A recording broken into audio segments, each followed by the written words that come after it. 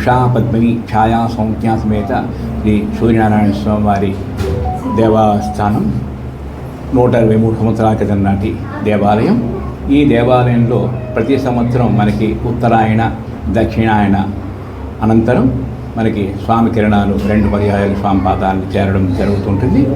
ఈ సంవత్సరం మనకు అనుకోకుండా ఉగాది ఈ ఉదయం 6:53 మనకి ప్రవేశించినటువంటి శుభతరుణంలో అంతకంటే ముందుగానే ఈ స్వామివారి తాలూకా సూర్యకిరణం స్వామి తాలూకా రాజగోపురం తూర్పు భాగంలో ఉన్నటువంటి రాజగోపురం నుండి సూర్యకిరణం మనకి స్వామి పాదాలని చేరడం చాలా విశిష్టత.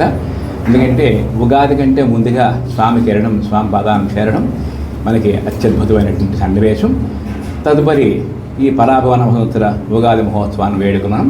ఈరోజు జరుపుకోవడం కూడా మరింత దానికి శుభస్కరాన్ని చేకూర్చింది.